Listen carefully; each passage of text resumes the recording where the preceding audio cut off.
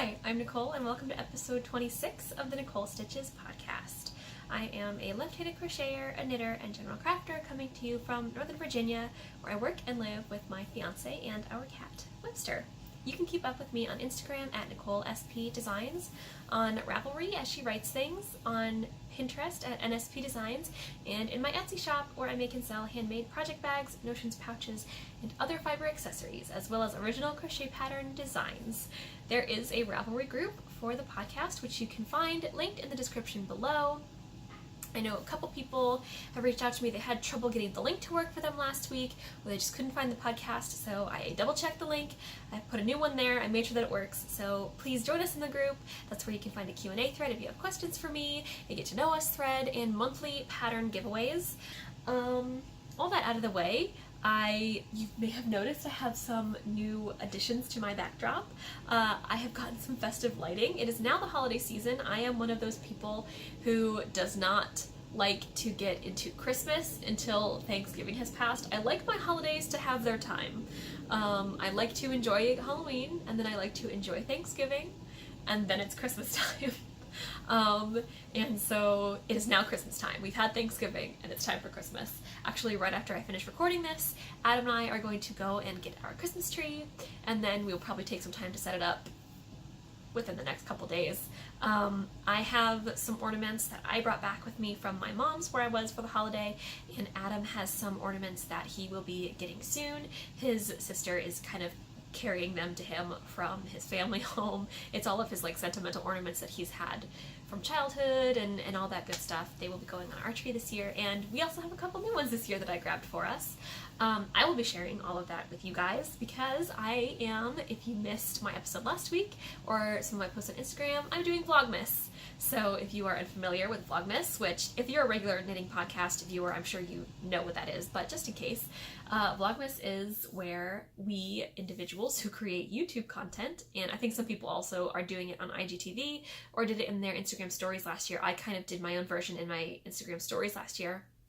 This year, now that I have a channel, I'm doing it on YouTube, but you just kind of vlog your day in the life and festive activities that you do from, I will be doing it because I celebrate Christmas. I'll be doing it from December 1st to the 25th, and there are, some people do Vlogmaka, people will do it the full month.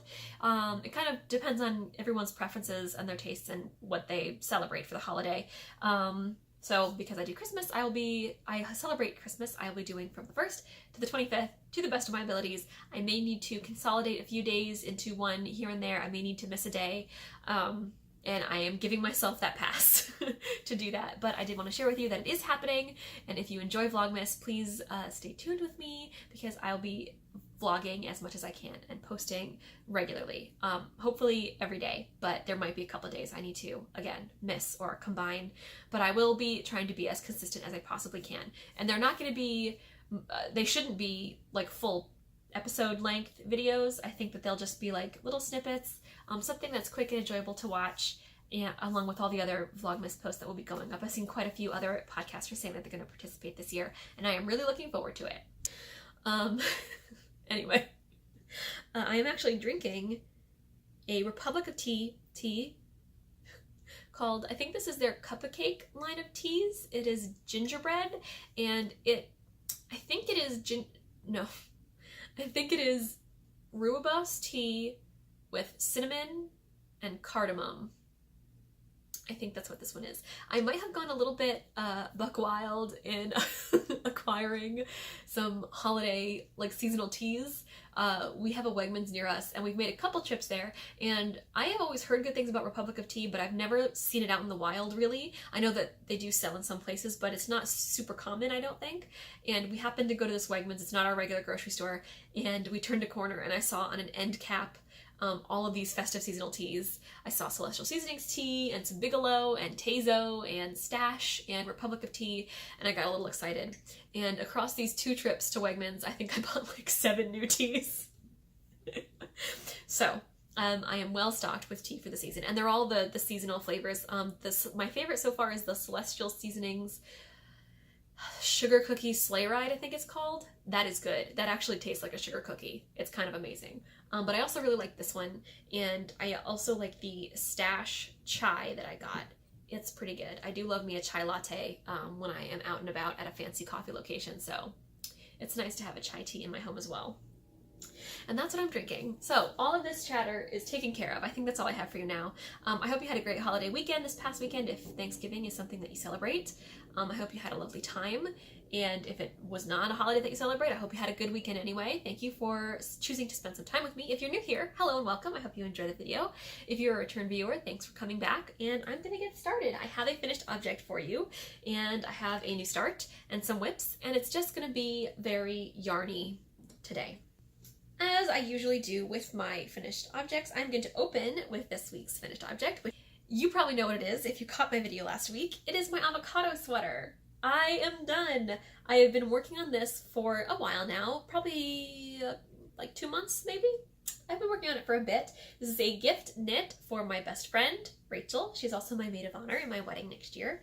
And she loves avocados, and this pattern came out a few months ago, and once I saw it, I knew that I was going to make it for Rachel.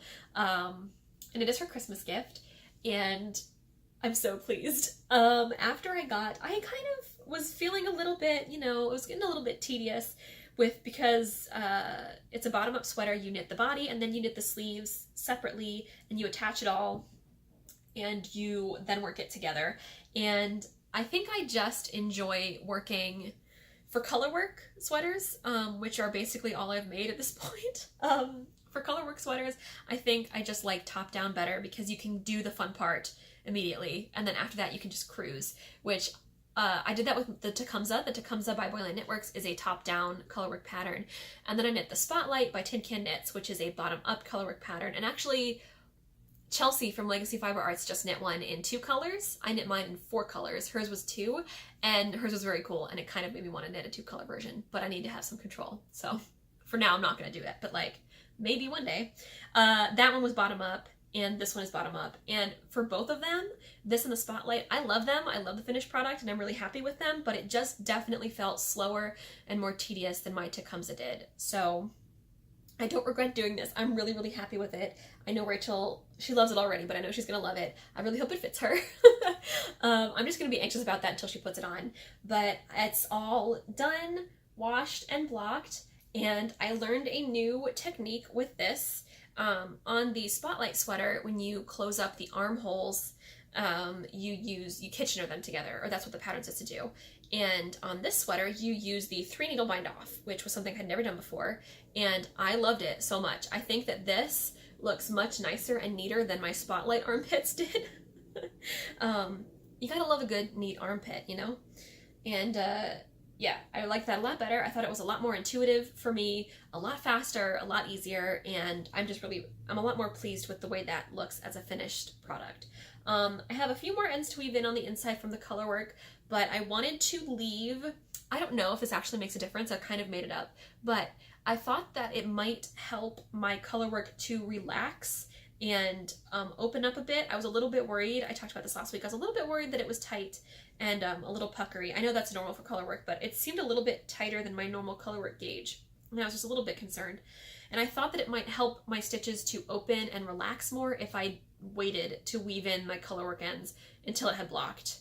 I don't know if that's true. I don't know if that makes sense to anybody else. It made sense to me at the time, and it also meant that I didn't have to weave in my ends yet. But so I just need to go in, turn this inside out, and weave in those last few ends, and then I can wrap it up and send it off to Rachel for Christmas. So that is my finished object for the week. I'm super, super excited. I know she's really excited to get it too, and I'm very pleased. I love this. It was a good time. So this new project, this is my new start. This is hanging out in a new bag that I made for myself. And the reason that I have this bag is because it is a mistake.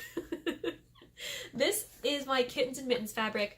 I have offered this in my shop for the last 2 years for the holiday season. It is very popular. I think you can easily see why. It is super adorable. And what happened is that when I cut this fabric out for this size bag, this is supposed to be my large bag, I don't know what happened, but I cut it too small. My dimensions were super wrong. They were not like slightly wrong where I could kind of fudge it and still totally make it work, like with narrower seam allowances or something. No, it was like hella wrong. You know what I mean? And so I couldn't fix it because it was too small, not too big. I couldn't make it bigger, and I didn't feel comfortable selling it knowing that it was this wrong. That just doesn't feel right to me.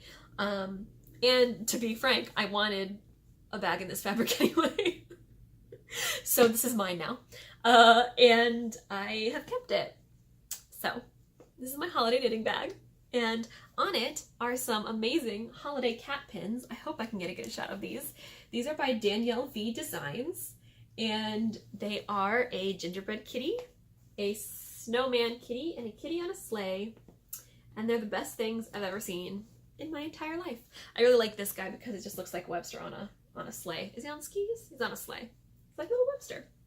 Oh, speaking of that, I'm gonna go on a tangent here, but if you've noticed my necklace today, I treated myself to this on Small Business Saturday. I was looking on Etsy for an ornament to gift to my brother and my sister-in-law because they adopted a dog earlier this year. They moved to Florida and then adopted a dog, and he is very cute. I have not met him yet, but I really need to because I need to pet all of the dogs. I was looking for an ornament for them that celebrated their first Christmas with their new dog, and instead of doing that, I found this and I bought it for myself. But this is from a shop called OnceAgainSam. I will write the name here and I'll link it in the description. And it is a laser cut cameo of Webster. Because this is the stage that I am in my life, in my relationship with my cat. I get custom laser cut cameos made of him to wear, always. But I actually love it. Like, I'm laughing at myself because I know that it's ridiculous, but I actually love this, like, so much. So anyway, I did get my brother an ornament, by the way. Like, I didn't just buy this and say, see ya. I did get him an ornament. And so I fulfilled the reason that I was actually on Etsy at the time, but not until after I'd gotten this for myself. So anyway, that's my tangent. This is my new start in my kitty cat Christmas bag. And I am knitting the Guthrie, which is a pattern by Boyland Knitworks. I don't think this pattern has gotten enough love. It seems to be picking up steam lately, but I definitely, I think that it kind of got drowned out a bit by the Tecumseh. And I don't know why, because it's gorgeous, and I've loved seeing all of the ones that I've seen made so far, but I mean, maybe I'm wrong. I know that Instagram algorithms are kind of crazy and you miss a lot of posts, but I felt like I didn't see nearly as many Guthries floating around the Instagram universe as I did Tecumsehs when that pattern came out. Christy of the Girls in the Yarn Cafe did a gorgeous one, and so did Tristan of Girls in the Yarn Cafe. Hi, y'all. They knit beautiful Guthries, and I have been wanting so badly to make mine, but I wanted to get Rachel's sweater done first, and I think that 2 sweater projects on the needles at the same time is just too much for me. It makes my relaxing hobby into like a stressful obligation trying to get things done. So I waited, but here I am, and this is what I have so far. Just starting, as you can see, I'm just starting the color work on the yoke. There was some short rows action back here, which really messed me up for some reason. I don't know why. I suddenly was struggling with short rows. I learned them for the Tecumseh, and they didn't seem to give me a problem then. And I also did them on the Spotlight.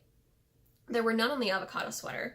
And picking them back up again with the Guthrie, I don't know why, but I struggled. I had to do them, I think I ripped out like 3 times, honestly. And they still don't look great, but they're going to be at the back and under my hair, so I don't really care. But that was kind of frustrating because I've been wanting to make this again for so long. But here we are. I am using KnitPicks Swish DK in Garnet Heather for the red, and this gray is Dove Heather. It's the same gray that I used in my Tecumseh, and I really love this so far. I can't wait to knit more on it, and that's pretty much all I have to say. It's just a great pattern, and I'm really excited that I finally get to start it. My next work in progress is my Hot Cider hat, which is a pattern by Amy Miller. I showed you this last week. I have made a little bit of progress on this, not a ton, but I'm getting there, chugging away. I need to finish this soon because it's getting chilly and I need a hat. But I have put my Yeti, I moved him from last week, and I put him where I left off then, and so this is what I have gotten done since then. I guess this actually is it's a decent amount after all. But this is a pattern, again, by Amy Miller.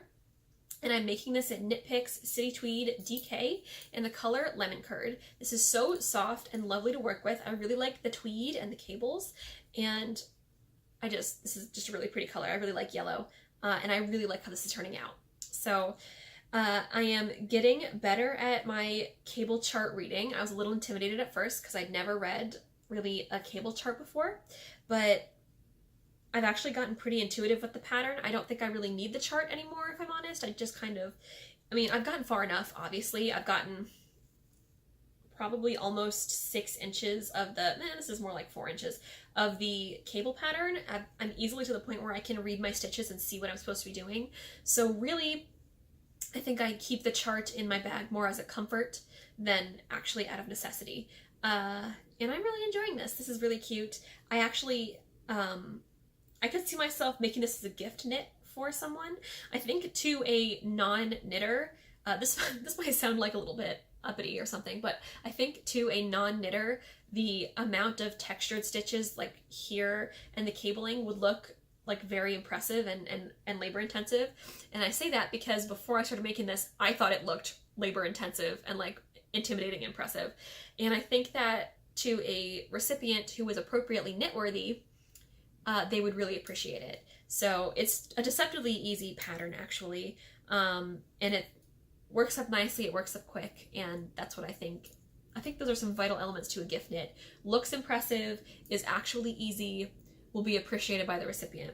I am currently thinking about doing some gift knitting for this year. I kind of went on a period of not gift knitting or gift making at all after in 2016 for Christmas I made Adam for a gift a Baltimore Orioles crochet C2C Afghan.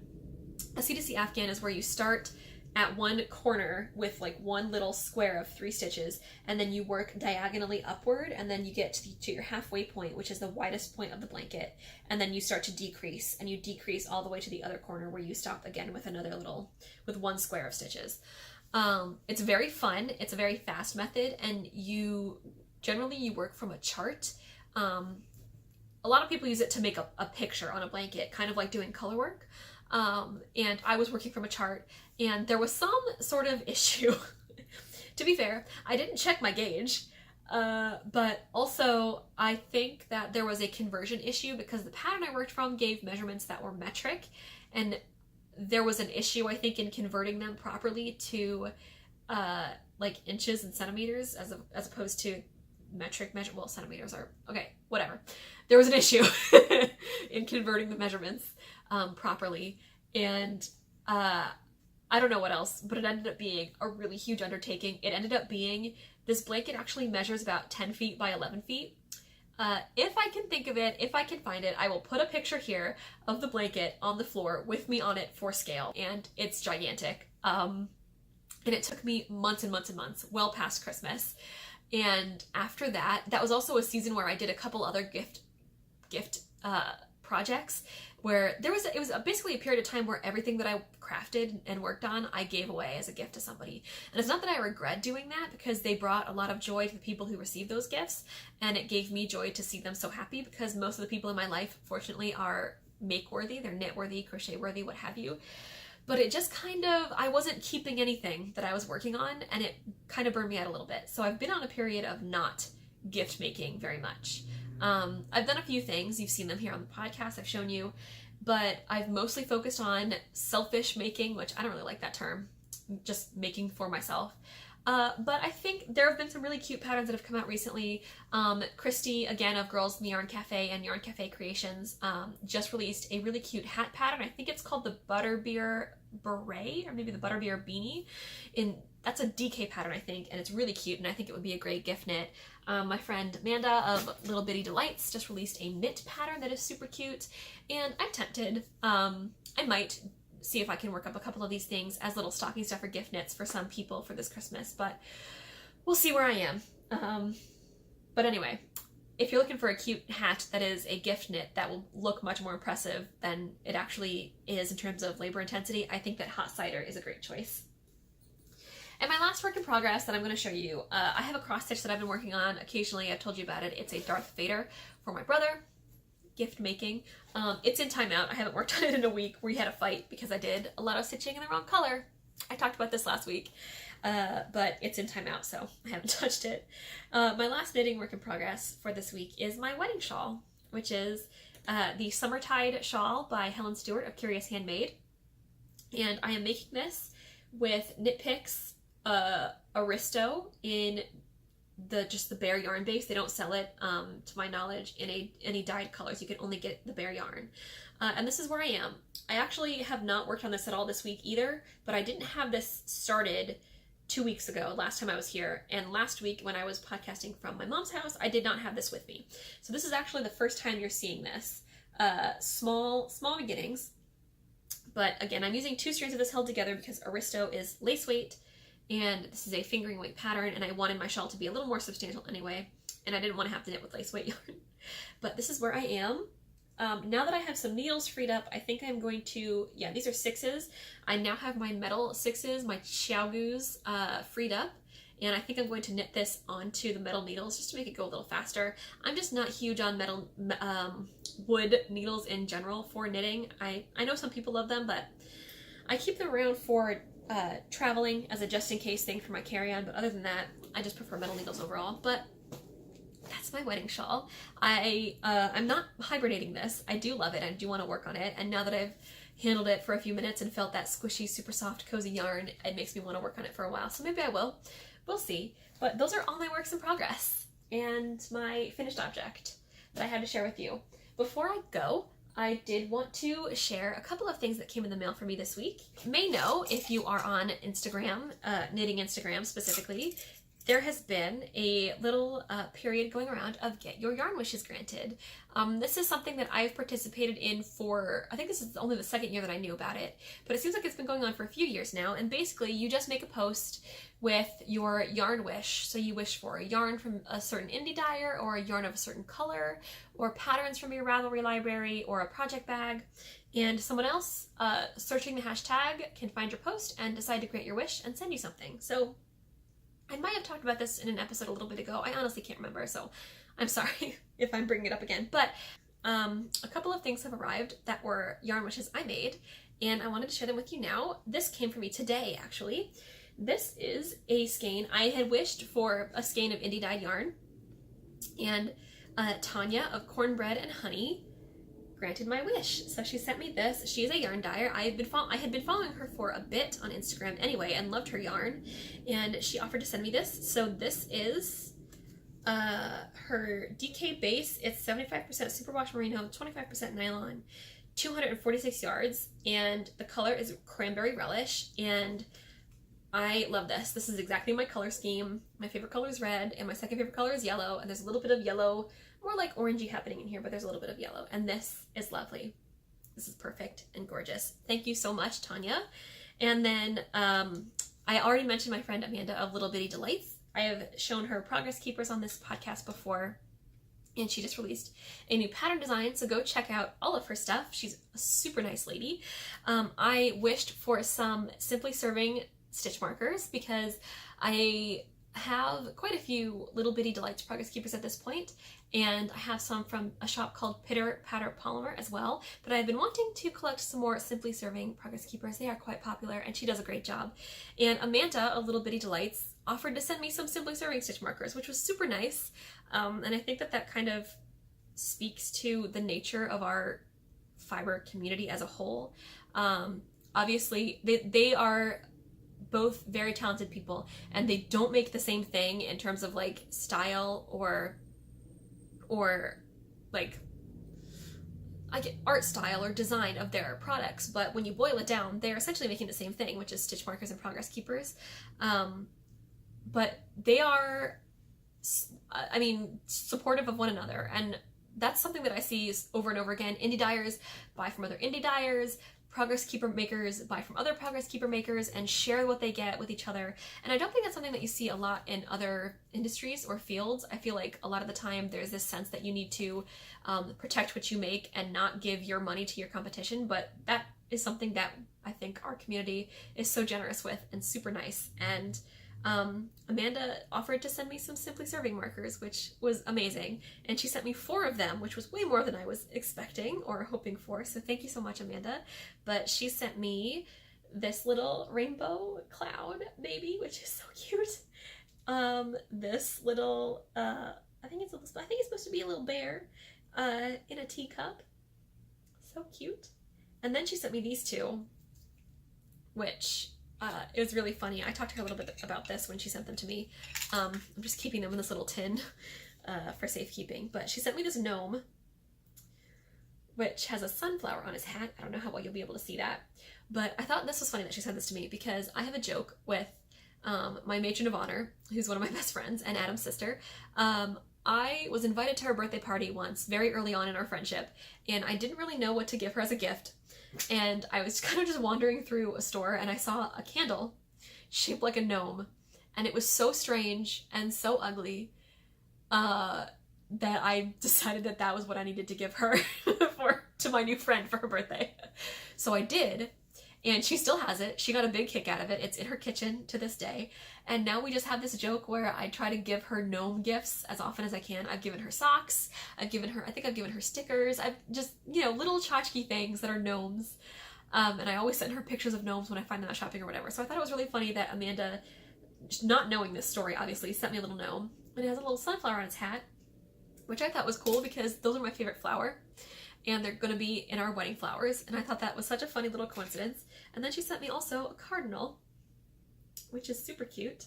And I actually saw today, I think it was today, maybe yesterday, that Lindsay of Simply Serving restocked cardinals. They're not exactly the same. I think the one she put up recently had little earmuffs on, which is like so cute. But if you think this little cardinal is cute and you want one for yourself, I think she has some in her shop. So go check that out. But I thought it was funny that she sent me this because I see cardinals all over the place. I don't know if this is like a common thing, but I see them all over the place in places where it feels like a cardinal would normally hang out, or like at a time of year when it might be weird to see a bird like that. I will just happen to see them. I don't know what that's about. I don't know if it's like I'm strange and I think that there's something going on with cardinals where I happen to be in a place where that bird lives, but it feels like a lot. Like I don't see a lot of other people mentioning that like they saw cardinals here and there, but I seem to see them all over the place, and I just think that's kind of interesting. I almost see them at this point as like a little omen of good luck. When I see a cardinal, I feel like I'm gonna have good luck for a little bit of time. That's a silly superstition that I kind of made up for myself, but it is what it is. And again, I thought it was funny that that's one of the progress keepers that she chose to send to me, but I wanted to share that stuff with you guys. I really love granting yarn wishes personally, and it's lovely to have them granted in return. I definitely wanted to grant more this year than I got granted. Many people were very generous and sent me patterns on Ravelry, and if you are one of those people, I want to thank you so much. I saw every one of them. I tried to answer everybody. I'm not sure if I did. If I didn't, I'm so sorry. I didn't mean to. I appreciate it, and I'm really grateful, and I will definitely be cracking open those patterns hopefully very soon, because I was gifted some patterns that I've really, really wanted to work on for a long time, and I'm very excited about them. I think that's everything in my episode for this week. So I wanted to thank you again for spending time with me. If you were new, I hope you enjoyed it. If you are a return viewer, thanks for coming back. If you want to keep up with me with regular podcast episodes or Vlogmas, I will be continuing regular episodes during Vlogmas, by the way, if you're worried about that. Right now, I do plan to still do regular this type of episode format in addition to Vlogmas, so if you were curious. If you want to keep up with all of that, subscribe below. You can also follow me on all the social media platforms I mentioned. They're linked in the description. Join the Ravelry group. Comment on this video. Let me know what you thought of what I'm working on, what you're working on, thoughts, feelings, feedback, suggestions, tea recommendations, etc. And I will see you next time, as well as very soon, because Vlogmas is beginning in just a few short days. So thanks for watching, get lots of crafting done, and I'll see you soon. Bye!